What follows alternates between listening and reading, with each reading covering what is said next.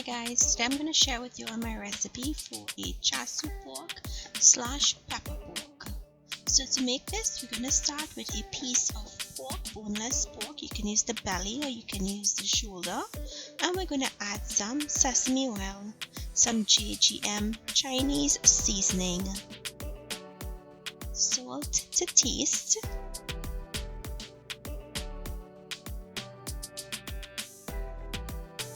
some star anise pieces or 1 part broken up, and some red food coloring or some char sui powder. Next, using gloves, you want to massage this into the meat on all sides, and you need the gloves because your fingers will get red.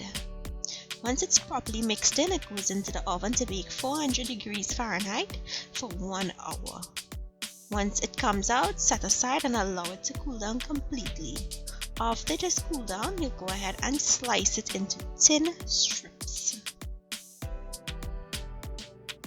Place a large skillet and go in with some chili infused coconut oil. Allow that to heat up. Once it heats up, go in with some minced garlic and some grated ginger. Saute until the garlic and the ginger is very fragrant and the garlic is tender. Now I'm going in with some tomato ketchup, or you can use char sui sauce for this step. Here I'm adding in some Matuke's scorpion pepper sauce. This is optional and I'm making pepper pork, so hence the reason why the scorpion pepper.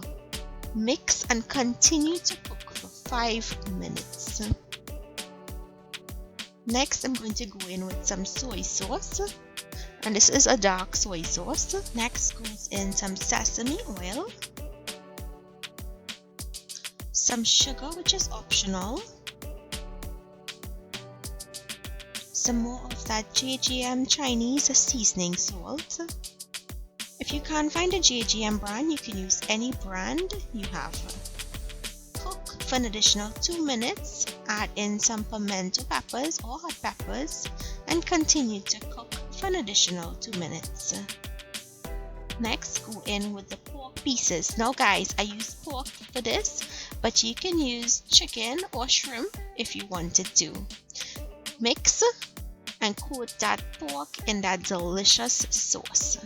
To finish, I'm going in with some sliced onions and sliced bell peppers, and I'm just mixing that in. It's not going to take very long, a couple seconds, and then this will be ready to be served. I like to keep the crunch and the vegetables, so I hope you guys enjoyed today's recipe.